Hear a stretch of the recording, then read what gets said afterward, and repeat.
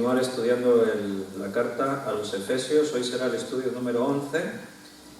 Y como digo siempre, si te has perdido estudios anteriores no pasa nada, porque la enseñanza que hoy, el capítulo 3, versículo al 14 al 17, pues esa enseñanza es para nosotros hoy, para esta tarde, lo que el Espíritu Santo nos quiere decir.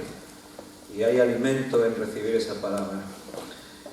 Vamos a leer esos versículos, capítulo 3, del 14 al 16. Al 17. Dice: por esta causa, dice el apóstol Pablo, doblo mis rodillas ante el Padre de nuestro Señor Jesucristo, de quien toma nombre toda la familia en los cielos y en la tierra, para que os dé conforme a las riquezas de su gloria el ser fortalecidos con poder en el hombre interior por su Espíritu, para que habite Cristo por la fe en vuestros corazones, a fin de que, arraigados y cimentados en amor, y continúa, seáis plenamente capaces de comprender. Pero nos vamos a parar un poquito ahí en el versículo 17, porque el tema de estos 4 versículos es presentarnos a Dios como el Padre Celestial. Te recuerdo la semana pasada, y si no viniste, pues así nos situamos en escena.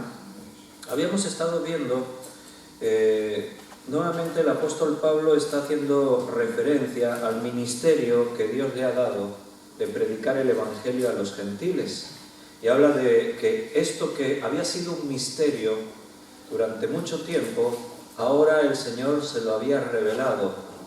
Y ahora Pablo tenía claro que los gentiles también tienen entrada a la salvación, a la vida eterna. Y pese a que para algunos judíos esto seguía siendo un problema, les costaba entender, asimilar, de que gentiles pudiesen llegar ahí a la iglesia y entrar a formar parte de la obra y de la familia de Dios así sin más. Entonces el apóstol Pablo lo que está haciendo es argumentando, está mostrando la gracia de Jesús, la gracia de Dios. No es por obras, es por gracia, para que nadie se gloríe. Al final no es porque uno venga de un linaje o porque hayas hecho una serie de cosas en tu propio cuerpo, has cumplido con la ley, estás tratando de hacer unos rituales.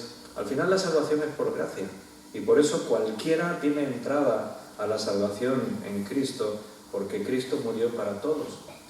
Y aunque era un misterio que los judíos no entendían, en el Antiguo Testamento ya estaba declarado. El pacto que Dios hizo con Abraham incluía a los gentiles. Dios le dijo: en tu simiente serán benditas todas las naciones de la tierra.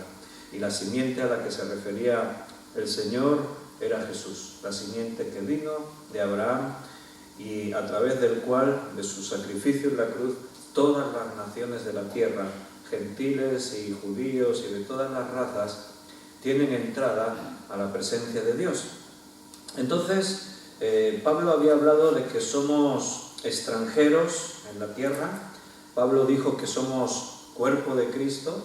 Pablo dijo que somos piedras vivas, que somos edificados en el capítulo 2, versículo 22. Vosotros sois juntamente edificados para morada de Dios. Entonces, todas estas enseñanzas, estas metáforas van ilustrando lo que es la iglesia, porque al final el tema central de la carta a los Efesios es cómo el Señor, a través de Cristo, va a unir todas las cosas. Habíamos dicho semanas atrás que el mundo es un mundo donde todo está dividido. Las familias quedan divididas, los amigos rompen su amistad, hay divisiones sociales por política, por diferencias de posición, raciales, los matrimonios se dividen, las iglesias están divididas, pero en Cristo el tema central de la carta a Efesios es reunir todas las cosas nuevamente. En Cristo ahora las cosas son hechas nuevas, son restauradas. Entonces ahora, en esa idea, y aún retomando algo que Pablo ya dijo, si tú miras en el capítulo 1, versículo 2, en el saludo, el apóstol dijo: gracia y paz a vosotros de Dios nuestro Padre y del Señor Jesucristo. Ahí ya había mencionado el apóstol de nuestro Padre. Y ahora aquí, en este versículo 14, dice, por esta causa doblo mis rodillas ante el Padre de nuestro Señor Jesucristo. Dios es el Padre. Y aquí se nos muestra que además de un cuerpo, además de un edificio en construcción, además de peregrinos y extranjeros en el mundo, además somos familia de Dios. Nosotros nos llamamos hermanos, ¿verdad? Unos a otros. Hombre, mi hermano, ¿cómo estás? Y hablamos así de hermanos. ¿Por qué? Porque es un lenguaje bíblico. Somos hermanos porque a través de Cristo hemos sido adoptados de parte del Padre. La adopción es una doctrina que nos habla de que antes no éramos hijos, pero ahora hemos sido adoptados como hijos y ahora tenemos pleno derecho, porque ahora somos hijos legítimos de Dios. Dice la Escritura que somos coherederos juntamente con Jesús, hemos recibido derechos que de otra forma serían imposibles. Entonces ahora somos familia, somos hermanos, pero nuestro Dios, Él es el Padre, en quien une no solamente la familia espiritual de los creyentes en la tierra, sino que ahí dice que, bueno, la familia llega mucho más allá. Ahora lo vamos a comentar. Pero antes también te quiero llamar la atención para que te des cuenta que esa expresión de por esta causa doblo mis rodillas, ¿qué causa? Bueno, mira en el capítulo 3, donde estamos, pero en el versículo 1. Por esta causa yo, Pablo, ahora lo que Pablo ha hecho, versículo 14, es retomar lo que él había ya empezado en el versículo 1. Por esta causa yo, Pablo, prisionero de Cristo Jesús por vosotros, si es que habéis oído de la administración de la gracia. O sea, Pablo nos quiere llevar a una oración. Por esta causa doblo mis rodillas. Y en el versículo 1 él ya empezó, por esta causa yo, Pablo. Lo que pasa es que entre el versículo 1 hasta el 14, que él empieza la oración, lo que hace es explicar la causa, que es lo que habíamos estado viendo el martes pasado. ¿Cuál era esta causa? Bueno, decía Pablo, yo soy prisionero de Jesucristo. Prisionero de Jesucristo, no de Roma, él lo tenía bien claro. Soy prisionero, pero no es porque Roma me ha apresado. Yo soy prisionero de Jesucristo, porque sirviendo a Jesucristo, predicando el Evangelio, por culpa de vosotros, le dice a los gentiles, pero no es un reproche, por vuestra culpa estoy aquí. No, es para que entendáis que estoy preso porque yo predico a Cristo. Y como os lo predicaba a vosotros los gentiles, por los celos que tienen esos judíos que no entienden este misterio que a nosotros nos ha sido revelado, pues han maquinado y han instigado ahí a las autoridades romanas y eso, pues para que yo termine prisionero. Y ahora está ahí el apóstol prisionero. Recuerda que él no está en una cárcel, está en una casa que él mismo había alquilado. Eso sí, estaba encadenado, su muñeca estaba encadenada a un soldado romano. 24 horas al día él estaba encadenado. Yo me imagino la cara del soldado romano. Igual hasta se terminó convirtiendo no se nos dice nada en la Biblia, pero este hombre 24 horas al día encadenado a Pablo, y si no se convirtió, tenía que ser ya un caso único. Pero tú imagínatelo, 24 horas encadenado al apóstol Pablo. Lo mejor que le podía haber pasado a este soldado, que lo encadenaran a Pablo para que lo vigilara. Y vamos a ver, no era siempre el mismo, O sea que igual se salvaron unos cuantos de soldados romanos. Pero ahora, cuando en este versículo 14 dice el apóstol, por esta causa yo doblo mis rodillas, y se pone ahí de rodillas a orar, las oraciones que escucharían estos romanos que tenían ahí a Pablo encadenado a sus muñecas. Imagínate escuchar a Pablo orar con esa pasión por los hermanos, pidiéndole a Dios que estuviese confortando los corazones de los romanos, hablando de un amor que excede todo conocimiento, el amor de Cristo, predicándoles ahí a esos romanos, ¿no? Escuchando. Bueno, habíamos visto una primera oración al principio de la carta. Allí en el capítulo 1 Pablo hizo una oración y dijimos, en esta carta hay dos oraciones. Aquí está la segunda, aquí en este versículo 14. Ahora que va llegando Yeuris, me parece. ¿Ves? ¿Cómo lo he adivinado? Yo sé cada uno la forma de abrir y cerrar la puerta que tiene y esas cosas. Por esta causa yo doblo mis rodillas ante el Padre de nuestro Señor Jesucristo. ¿Qué es lo que está pidiendo Pablo en su oración? Quiero que te fijes por qué pide, por qué ora él. Mira lo primero que dice, después de decir quién es el Padre, de quien toma nombre toda familia, en los cielos y en la tierra, él dice, pido para que os dé, conforme a las riquezas de su gloria, mira lo que pide, primero, que sean fortalecidos con poder en el hombre interior por su espíritu. También pide para que habite Cristo por la fe en vuestros corazones. Pide que seamos arraigados y cimentados en amor. Y continúa, aún más, que seamos plenamente capaces de comprender con todos los santos cuál sea la anchura, la longitud, la profundidad y la altura, acerca de conocer el amor de Cristo. Fíjate las cosas porque el apóstol pide. Y yo estaba pensando, estaba reflexionando las oraciones que tú tienes recogidas en el Nuevo Testamento, otras oraciones que Pablo hizo. Por ejemplo, él, en la primera oración que vimos aquí en esta carta de Efesios, vimos que él pedía para que fuesen los creyentes llenos de todo conocimiento, inteligencia y sabiduría espiritual. En otros lugares de la Escritura, Pablo levanta muchas oraciones y siempre está pidiendo así, para que los creyentes estén llenos del Espíritu, estén llenos de sabiduría, confortados en Cristo. Y si pensásemos en las oraciones que Jesús hizo, que están registradas en la Biblia, ¿te acuerdas de algunas? Él rogaba al Padre que fuésemos uno, la iglesia que fuese una unidad. Él pedía en oración que la fe de cada creyente no faltase. Cristo pedía para que viviésemos también una vida abundante y plena. Y ahora quiero que pienses por un momento cuáles son y cómo son nuestras oraciones. Antes hemos orado aquí. ¿Te das cuenta de que son un poco diferentes? Normalmente nuestras oraciones son: Señor, sáname que estoy muy malito, cúrame que estoy así, no me encuentro bien. Señor, resuelve mis problemas económicos, que sabes que no llego a final de mes. Ay, Señor, amontona ascuas sobre la cabeza de este que me está siendo muy molesto. Algunos también hacen eso. No, yo no le digo nada, ya el Señor ya va a amontonar ascuas sobre su cabeza. Se quedan ahí con ese consuelo, ¿no?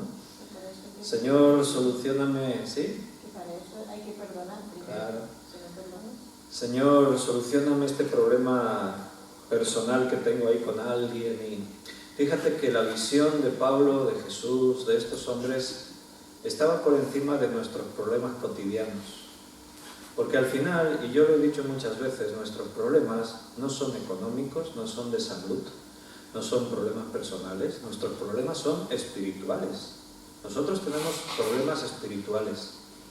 Y los problemas espirituales apuntan a que estemos inestables, que nuestra fe flaquee, que estemos ocupándonos en las cosas de la carne en lugar de las cosas del espíritu, que la preocupación nos aparte de los verdaderos propósitos que Dios tiene para con nosotros, que no haya unidad en la iglesia, que vivamos en conflictos constantemente en nuestra vida, pero también con los que nos rodean. Y dices, entonces no podemos orar por nuestras necesidades como hemos orado antes. Sí, no, yo no he dicho eso. También oraban así, en la Escritura. Por ejemplo, cuando Pedro, que lo metieron en la cárcel, que hacía la iglesia, orar por Pedro: Señor, bendice a Pedro, dale fuerzas allí en la cárcel, libéralo. Y no dice exactamente por qué estaban pidiendo. Yo me imagino que tampoco estaban allí todos: Señor, saca a Pedro de la cárcel. Me imagino que no era esa la oración más significativa. ¿Por qué? Porque cuando Pedro llamó a la puerta no se lo esperaba. O sea, el Señor, y aquí lo dicen más adelante, después lo leeremos, el Señor que dice que hace las cosas mucho más abundantemente de lo que pedimos o entendemos, según el propósito, según el poder que Él tiene, pues igual no se lo esperaba, porque cuando Pedro llega y llama, y va aquella hermana y mira y lo ve y ni siquiera le abre la puerta, va corriendo dentro y dice: Pedro está en la puerta, y no se la creen. Ah, mujer, estás loca, ¿cómo va a estar Pedro en la puerta si está en la cárcel? Estamos orando por él porque está en la cárcel. ¿Cómo va a estar en la puerta? Bueno, quizás algunos hermanos decían, Señor, libera a Pedro. Pero yo creo que más el énfasis era, Señor, dale fuerza a Pedro, fortaleza, confórtalo, llénalo. Porque al final lo que necesitamos es eso, estar seguros en Cristo.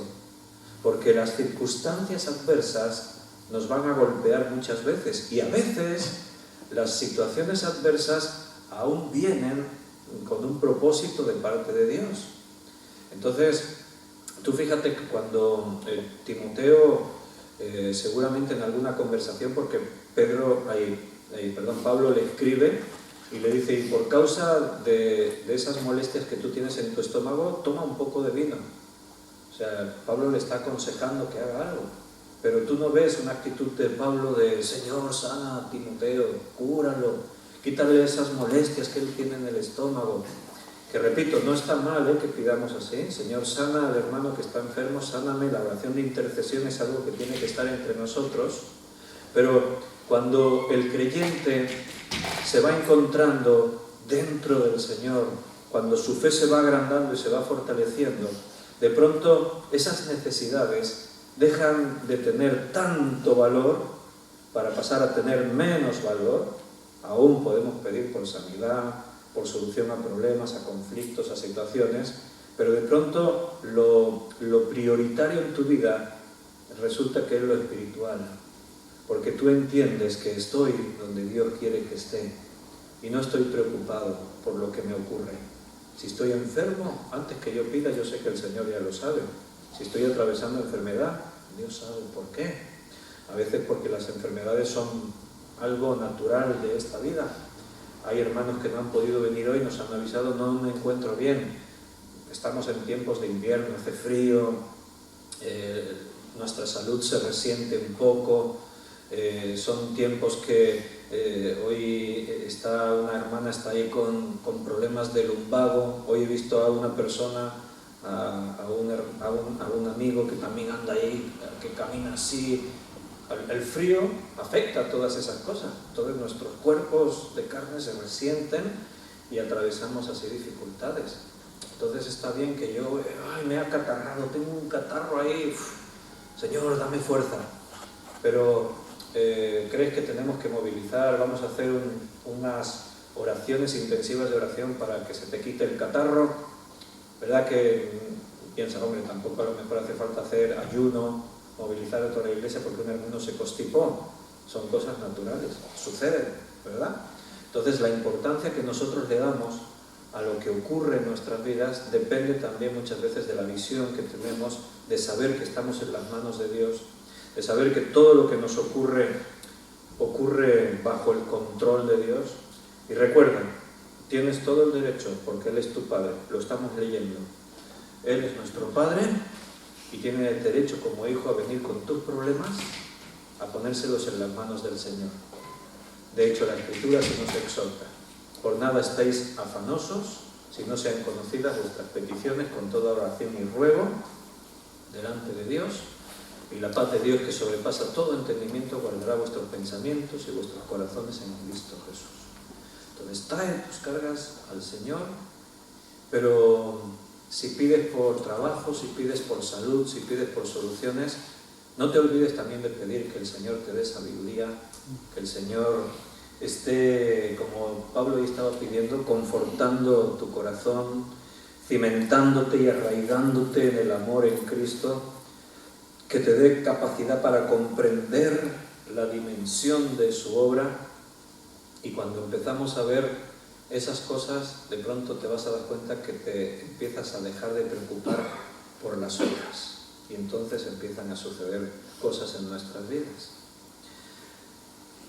Fíjate que dice el Padre de nuestro Señor Jesucristo, de quien toma nombre toda familia en los cielos y en la tierra. Toda familia en los cielos y en la tierra. Nosotros como iglesia sabemos que somos la familia de Dios, pero fíjate que también dice la familia en los cielos. Ahí también hay familia, ahí están los ángeles que sirven a Dios. los ángeles que también son parte de esa familia del Señor. Y al final todos tenemos algo en común, todos estamos ahí en cierta manera unidos.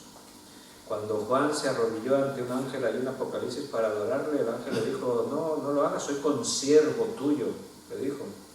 Entonces, al final, el Padre, tenemos al mismo Padre en común aún con los ángeles, la familia aquí, la iglesia. En todos los tiempos, en el Antiguo Testamento era el pueblo de Israel, la familia de Dios. Pero fíjate qué idea más bonita, ¿no? También de ser una familia, lazos estrechos, unidos los unos a los otros por la gracia de Cristo.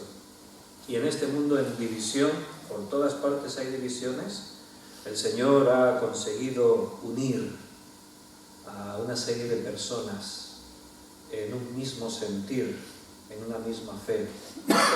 Y juntos sabemos que formamos parte de algo muy grande, de algo tremendo.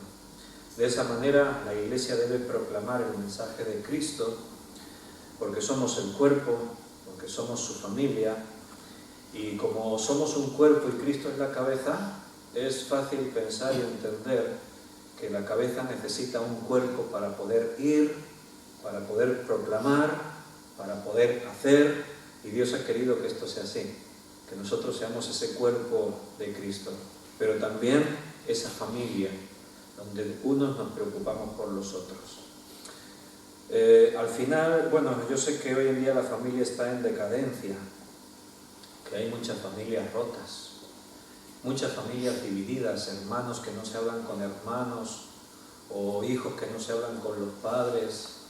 Hay los padres que ya rompieron su relación y está todo muy deshecho, pero la familia ideal, el fondo de lo que tendría que ser la familia diseñada por Dios, una familia santa, pues precisamente es un núcleo, un grupo de personas donde tú te sientes perfectamente acogido, arropado. Nadie se va a preocupar tanto por ti como lo va a hacer tu familia. ¿Quién se va a preocupar por ti más que tu padre o tu madre o un hermano o una hermana? Ese núcleo familiar nos lleva a una unión, a un amor especial, a una unidad. Y nosotros somos la familia de Dios aquí en la tierra. En los cielos también tenemos familia, pero aquí en la tierra eres tú y soy yo. Somos hermanos. Qué bonito. Quiero también resaltar la expresión de Pablo, doblo mis rodillas. ¿Cómo sueles orar habitualmente? No sé si algunos tenéis por costumbre orar de rodillas.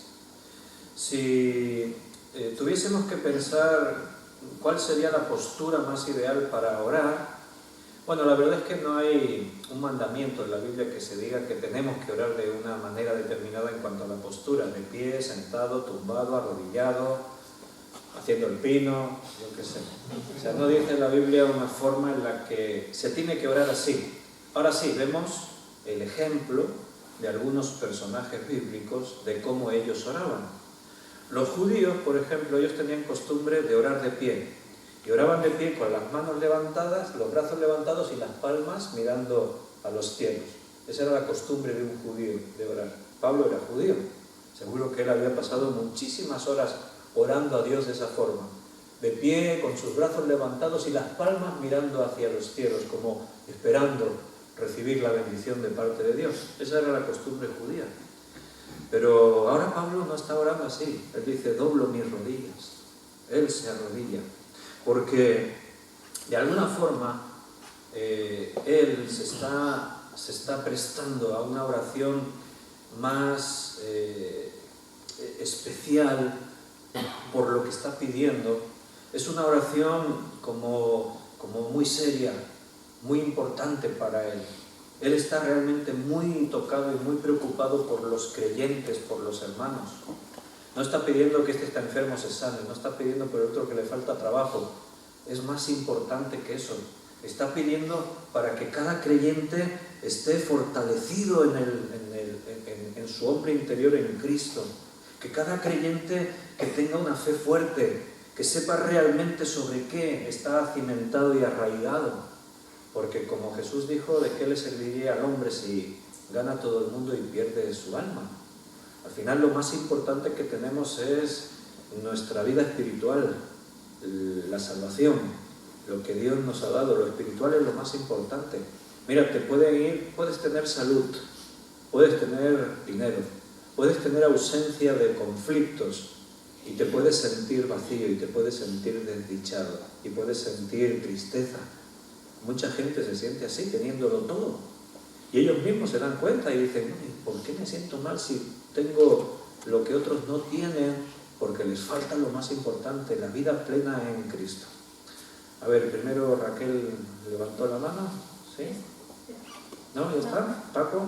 Sí, eso de arrodillarse, yo lo veo más también como un síntoma de humillación ante, por ejemplo, de reconocimiento, ¿no? Del poder de Dios para darte o para conceder o para que haga lo que tú sientes por los hermanos, ¿no? Sí. Reconoces tu humillación delante. Sí, sí. Sin duda ahora íbamos a llegar a eso. La postura de arrodillarse es una postura de humillación. O sea, ¿quién se arrodilla? Pues el siervo ante su amo, el esclavo, ¿no? Ante el rey, pues sus súbditos se arrodillan. El arrodillarse es una reacción de demostrar que entiendo que yo soy muy pequeño y al venir ante Dios, y también tiene que ver con eso, con el peso de la oración, ¿no? A ver, seguro que a ti te ha pasado.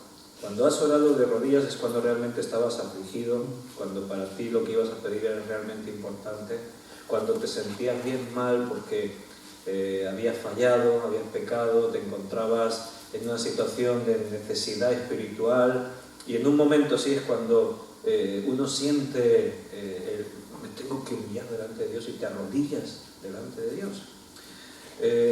Si miramos, por ejemplo, no pierdas el punto aquí en Efesios, que vamos a volver. Pero fíjate que Pablo no era la única vez que estaba orando así. En Hechos, capítulo 20, vamos a ver otro momento de oración de este apóstol. Y dice en Hechos 20:36, que cuando hubo dicho estas cosas, se puso de rodillas y oró con todos ellos. También en el contexto de Efesios, porque él estaba con los hermanos de Éfeso despidiéndose. Él se iba a marchar. Y aquí él no estaba solo tampoco. En el versículo de Efesios que hemos leído, mínimo había un romano con él, cuando él se pone de rodillas para orar. Pero aquí estaba junto con muchos otros hermanos creyentes.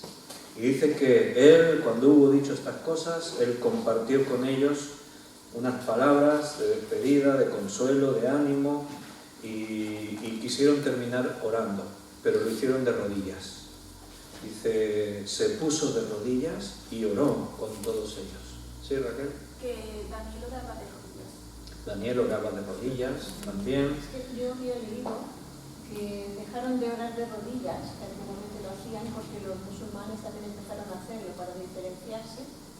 Pero creo que lo había leído en alguna sitio. Bueno, puede haber algo puntual, algún prejuicio, pero el orar de rodillas tiene que ver más con eso, con una necesidad de que alguien de pronto siente, también tiene que ver con cultura, evidentemente, con educación. Si a ti te han enseñado a orar de esa forma, pues oras de esa manera. Tiene que ver con algo, pues, según las circunstancias de cada uno. Hoy en día ya no solamente es orar de rodillas, orar sentado, orar de pie. El problema es que se ora poco, ese es el problema. Y a veces oramos adaptándonos a las circunstancias. Por ejemplo, una postura muy común de orar es tumbado. ¿Por qué? Pues porque te metes en la cama después de un día de trabajo y dices, voy a orar un poco, y ya te duermes orando, porque estás ahí cansado, ¿no? Normalmente cuando uno está en casa, pues no tiene la costumbre judía de orar de pie. Puede ser que estés sentado, es una postura muy habitual para orar. Nosotros hemos orado antes y hemos orado sentados. Puedes orar de muchas maneras, pero ponerte a orar, es decir, me voy a poner de rodillas a orar, claro, tiene que reunir unas condiciones, tienes que tener tiempo, o sea, estar dedicando un tiempo para orar, Tienes que estar en tu casa o en un lugar, ¿no? O con los hermanos también hemos visto que se puede, pero tienes que estar, voy a orar.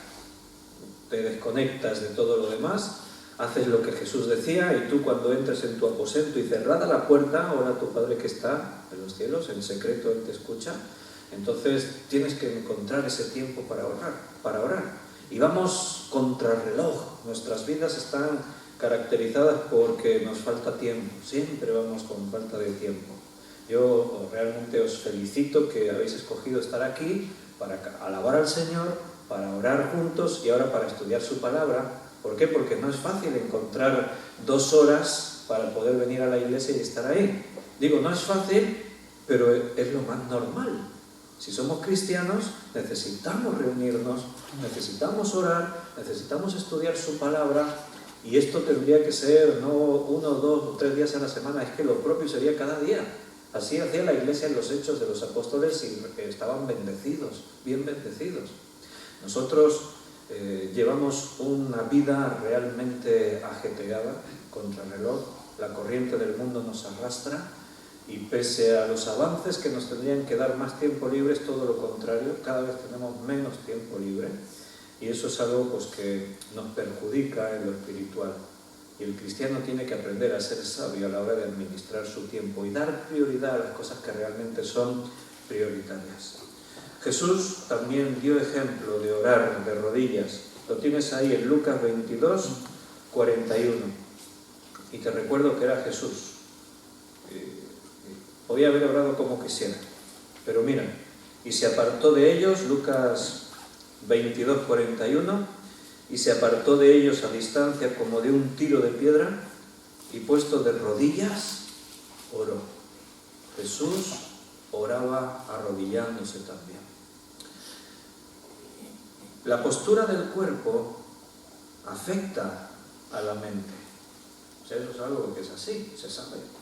O sea, cuando tú estás haciendo algo de pie, hay una armonía entre tu mente y tu cuerpo, lo que estás haciendo. En el momento que tú te pones de rodillas, eso también tiene un efecto sobre tu mente, porque al arrodillarte, tú estás asimilando y estás reconociendo esa humillación que antes estábamos diciendo.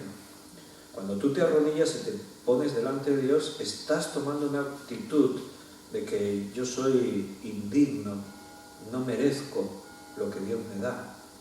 Y vienes ante Dios en una actitud de sencillez. El hecho de arrodillarme me está llevando a que yo sienta realmente mi posición y estoy reconociendo la posición de Dios.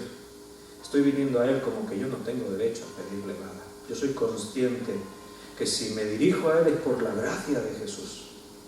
Hoy en día yo escucho a veces en internet, escucho predicaciones y eso, y hoy en día es que hay todos estos movimientos de estos falsos maestros, de los apóstoles y todas estas cosas, y algunos los oyes orar así con una actitud de orgullo, de altivez. Oyes gente a orar a Dios como si estuviesen dirigiéndose a cualquiera, ¿no? Y hasta le reclaman a Dios. Le dicen, Dios, tienes que cumplir esto porque tú lo prometiste, así que cúmplelo, y le ordenan a Dios.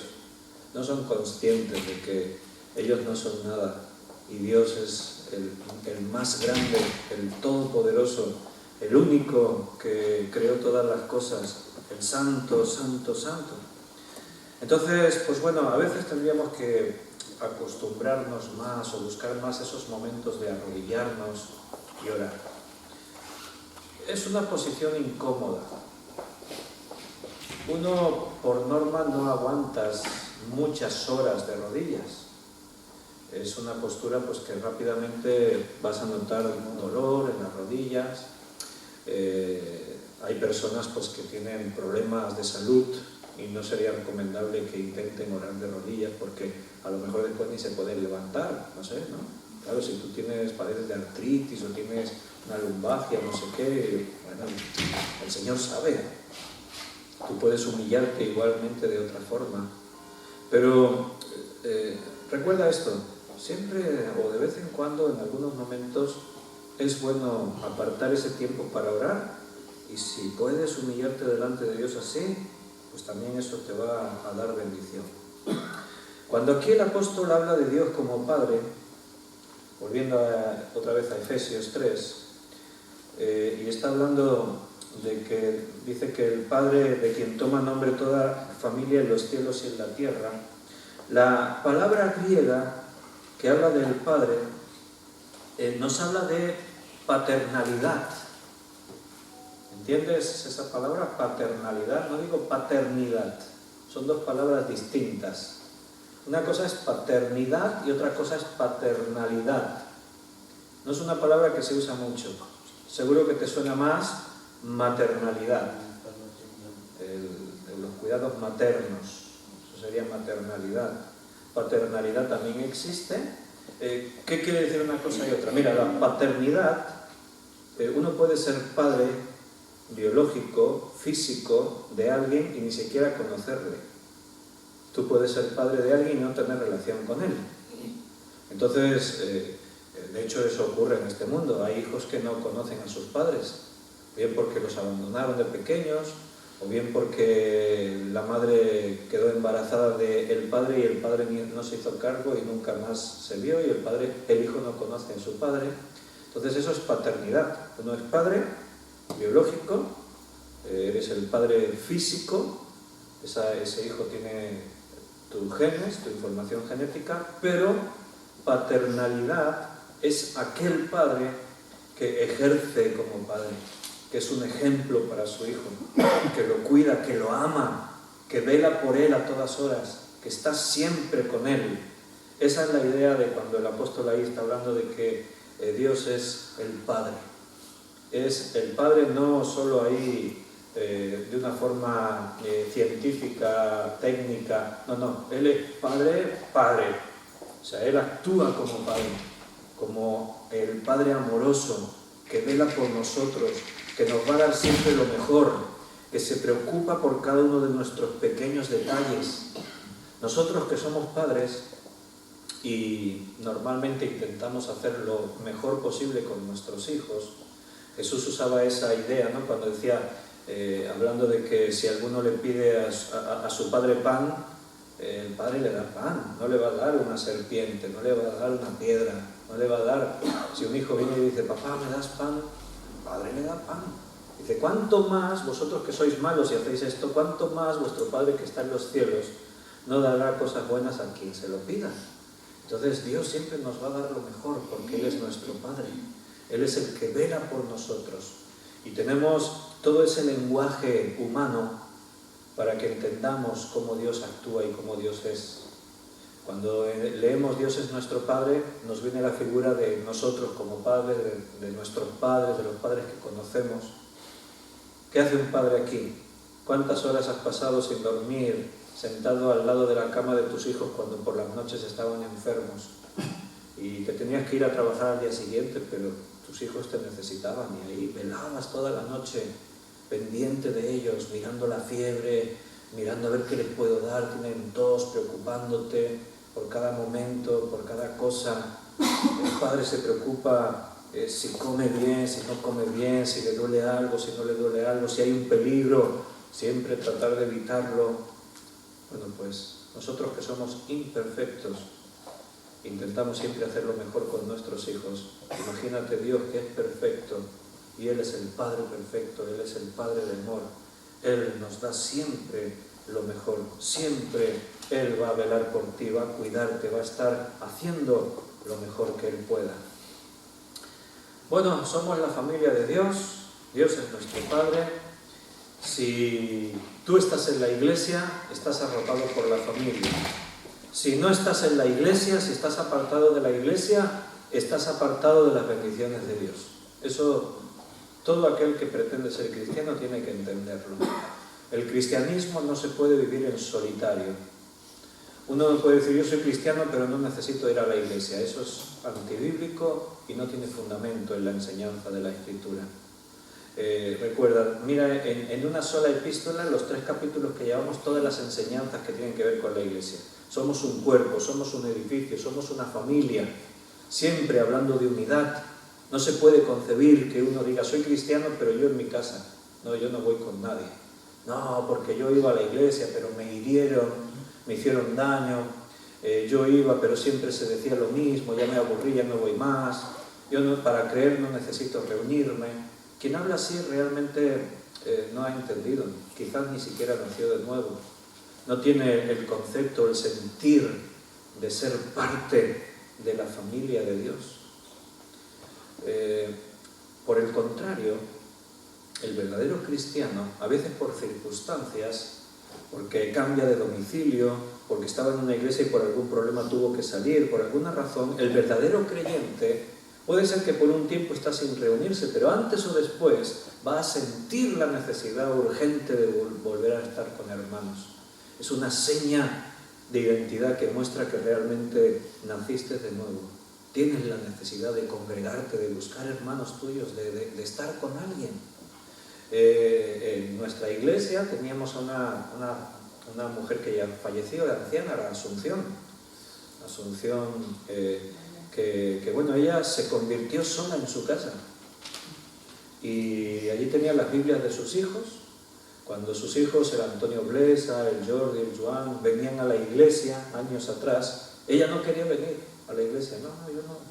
Hablemos con ella alguna vez. No quería saber nada. Pero los hijos dejaron de ir a la iglesia. Y ella sola en casa, dice que empezó a leer la Biblia. Y un día ella sintió que ella creía en el Señor Jesucristo como su Salvador. Se convirtió sola. Y un día nos dejó un papel por debajo de la puerta de la iglesia explicando: yo es que creo en el Señor y yo leo la Biblia, pero siento la necesidad de reunirme y os estoy preguntando si podría venir a reunirme aquí con vosotros. O sea, ella sola creyó e inmediatamente sintió la necesidad de estar con otros hermanos. Porque si eres hijo, no puedes estar solo. Algo dentro de ti te hace sentir que necesitas estar con la familia de Dios. Y las bendiciones las vas a recibir ahí, porque el Espíritu Santo se mueve en la iglesia, levanta dones, ministerios para que la iglesia siga edificándose. El Señor actúa en la iglesia, es un organismo vivo que está interactuando constantemente con el Señor. Y si es una iglesia que está en la voluntad del Señor, entonces esa iglesia va a ser bendecida. Antes de morir, por el domingo último que estuvo en la iglesia, después fue el lunes que ya se murió. Sí, ella falleció y estaba en la residencia, pero pidió que la trajesen a la iglesia y con la silla de ruedas y todo, no tenía esa necesidad. Es una característica del verdadero creyente. Por eso, pues a veces no entiendes, ¿no?, cómo nos cuesta reunirnos. A veces hay hermanos que, les cuesta encontrar momentos para reunirse y a veces pasan largo tiempo sin reunirse y eso no es una buena seña. La buena seña es tener el hambre de la palabra, es sentirte parte del cuerpo de la iglesia, estar ahí buscando, siempre estar involucrado, arropándote. Cuando yo veo a mis hermanos me alegro de verlos. Cuando venimos a las reuniones y os veo, me gozo. Me gusta daros un abrazo, darnos la mano, darnos un beso. ¿Por qué? Porque nos amamos. Y ese sentir es de parte de Dios. Somos un cuerpo, somos una unidad. Dice en el versículo 16, que hemos leído ya, para que os dé conforme a las riquezas de su gloria, y ahora dice el que nos va a dar. Pero fíjate que Pablo hace mención a la fuente inagotable de donde vienen esas cosas que Él nos puede dar. O sea, para que os dé. Y ahora dice el que, ¿no? Ser fortalecidos, que habite Cristo por la fe en vuestros corazones, que estemos arraigados y cimentados en amor. Pero antes de decir el por qué Él pide que Dios nos dé, dice que la fuente son las riquezas de su gloria. Y esa es una fuente inagotable. O sea, lo que Dios nos da no tiene límite, no hay un tope, no hay un techo. No es decir, bueno, Dios ya me bendijo tanto que ya no me puede bendecir más. Es inagotable. El Señor te va a seguir bendiciendo más y más cada día, porque la fuente de donde viene toda la riqueza de sus bendiciones es inagotable, porque Dios es infinito. Él es inagotable en todas sus facetas, en todas sus formas, en todo lo que Él hace, en toda la obra. Y ahora dicen que tenemos que ser, ¿qué tenemos que recibir? Primero dice eso, fortalecidos con poder en el hombre interior por su espíritu. Fortalecidos. Necesitamos la fortaleza del Señor. Nosotros somos frágiles por naturaleza, somos débiles. La naturaleza humana es débil. Pablo decía, esposos, amad a vuestras esposas como Cristo amó a la iglesia, hablaba de ellas como un vaso más frágil. La esposa es frágil, pero el esposo también, porque dice que la esposa es más frágil. Esa declaración demuestra de que el hombre también es frágil. Los hombres los seres humanos somos frágiles, somos débiles. Necesitamos la fortaleza de Dios, una fortaleza espiritual. Dice, fortalecidos con poder. El poder de Dios sobrepasa todo entendimiento. Decía el apóstol Pablo ahí en Filipenses, todo lo puedo en Cristo que me fortalece. Esa fortaleza que viene de parte del Señor. Pero dice que tenemos que ser fortalecidos con poder, ¿dónde? En el hombre interior, por su Espíritu. El Espíritu Santo nos fortalece. ¿Y dónde nos fortalece? En el hombre interior. El apóstol Pablo en Corintios, en Romanos, en algunas partes, usa un lenguaje hablando del hombre interior, el hombre exterior, el hombre de más afuera. Claro, el hombre interior no hace falta así tener mucha imaginación para entender que se está refiriendo no a la carne, no a algo muy superficial, sino tiene que ver más con el espíritu, ¿verdad? El hombre interior. En el lenguaje griego, los griegos utilizaban mucho esta expresión, el hombre interior. Era una expresión griega, puramente griega, y Pablo, que está escribiendo en griego, él está hablando en griego, seguro que esta expresión era muy familiar para él y la utilizaba. Entonces, cuando un griego hablaba del hombre interior, se refería a tres cosas principalmente. Se refería a la inteligencia de una persona, o sea, el pensamiento. El hombre interior es lo que él piensa. Es algo profundo, algo que tiene que ver, como hemos dicho, con el espíritu. Y el griego hablaba del hombre interior refiriéndose a la mente, el pensamiento. Claro, nosotros entendemos que la mente y el pensamiento tiene que ver con lo que somos realmente, con el espíritu, con el alma. También, para un griego, el hombre interior era la conciencia. La conciencia, ¿qué es la conciencia?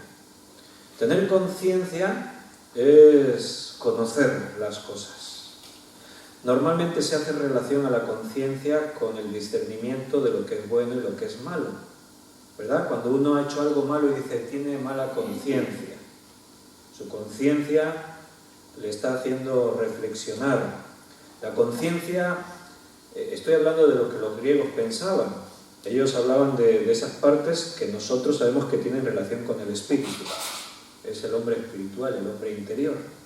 Pero desgranando un poquito todo eso, la conciencia es esa parte que te hace sentir, pues, cuando te equivocas, si hablamos de pecado, cuando pecas, diríamos, la conciencia te está diciendo, has pecado, has fallado, has cometido un error.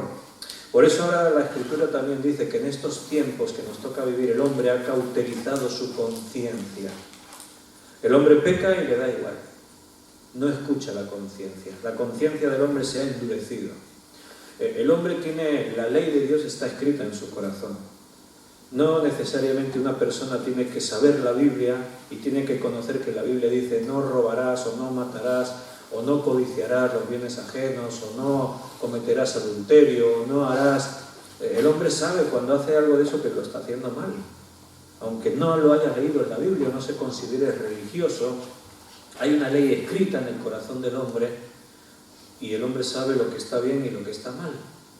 Pero la Escritura nos advertía que en los últimos tiempos, que probablemente son los que nos tocan vivir, uno de los fenómenos que iban a suceder es que la conciencia del hombre iba a quedar trastornada, cauterizada, se iba a endurecer, de tal manera que dice la Biblia, a lo malo llamarán bueno y a lo bueno llamarán malo. Se han invertido los valores. El hombre ya no reconoce cuando está haciendo algo malo. Mira para otra parte, se engaña, ha endurecido su corazón.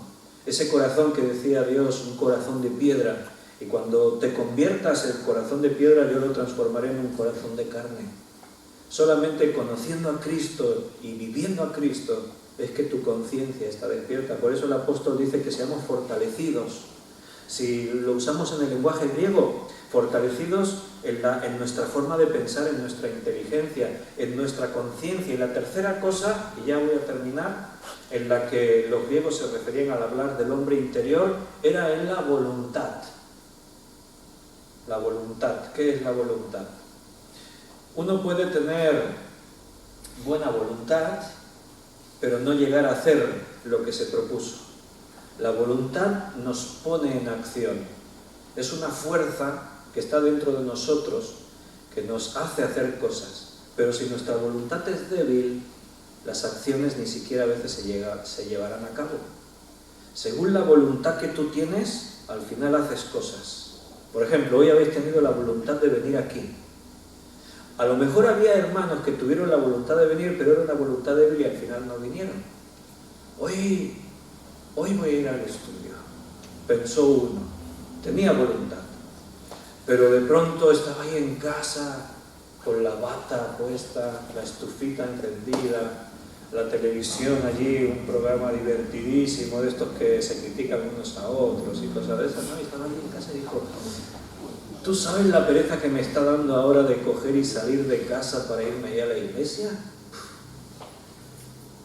Bueno, yo sé que no pasa nada, si no voy yo sé que el Señor lo va a entender porque no estoy muy fino de salud, no sé qué.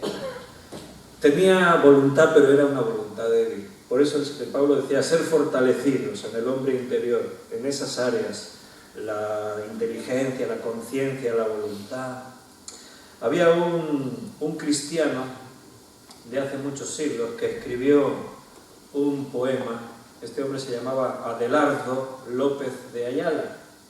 Y él escribió, hablando de la voluntad, él escribió un poema que decía: dame, Señor, la firme voluntad, compañera y sostén de la virtud, la que sabe en el puerto hallar quietud y en medio de las olas caridad, la que trueca en tesón la veleidad y el ocio en perennal solicitud, y las ásperas fiebres en salud y los torpes engaños en verdad, y así conseguirá mi corazón que los favores que a tu amor debí te ofrezcan algún fruto en galardón, y aún tú, Señor, conseguirás así que yo llegue a romper mi confusión, la imagen tuya que pusiste en mí.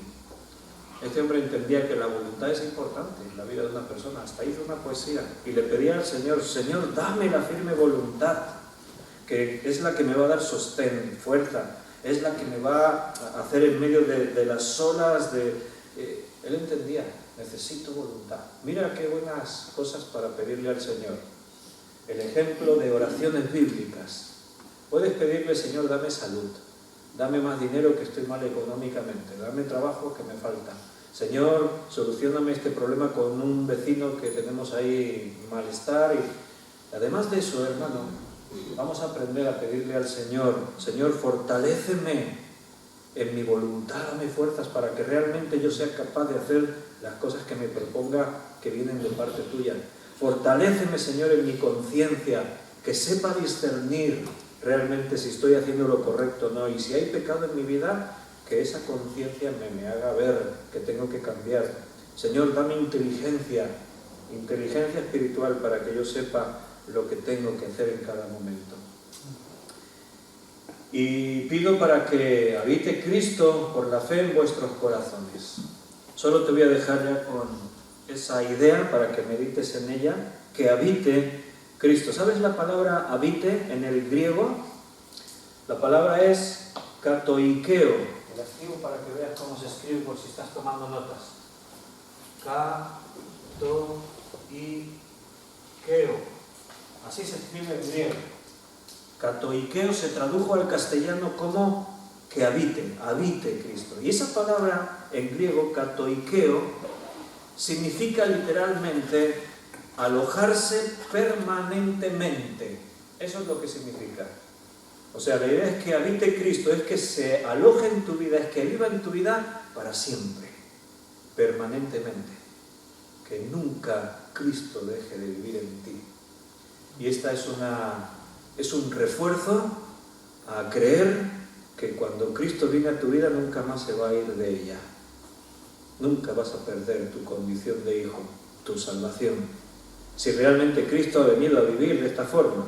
Por eso esta es una petición especial, que habite Cristo en vuestros corazones, a fin de que arraigados y cimentados en amor, seáis capaces de comprender las dimensiones de ese amor. Que eso lo vamos a dejar para la semana que viene, si Dios quiere, porque ahora no nos da tiempo en 3 o 4 minutos de hablar de las dimensiones del amor.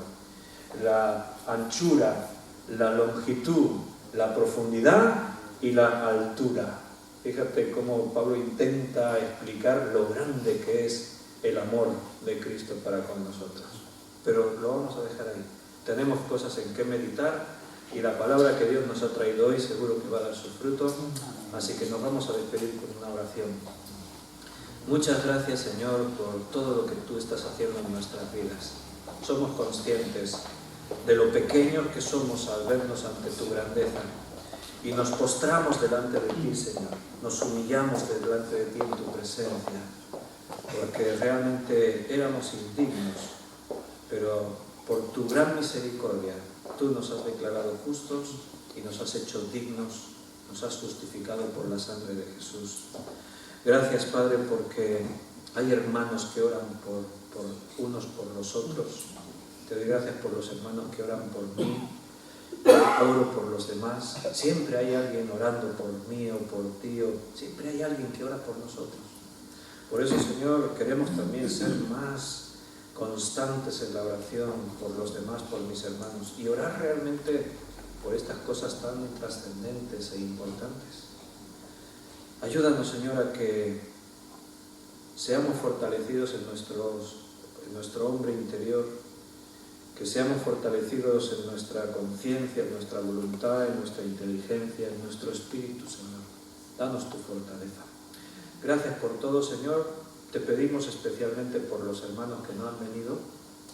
Algunos seguro que no podían venir por trabajo y circunstancias, otros por salud. Pero sea cual sea el motivo que no pudieron venir, quédate con ellos y trata con ellos. Bendícelos, Señor. Consuélalos, exhórtalos, háblales, que ellos puedan sentir también cómo tú tratas en sus vidas.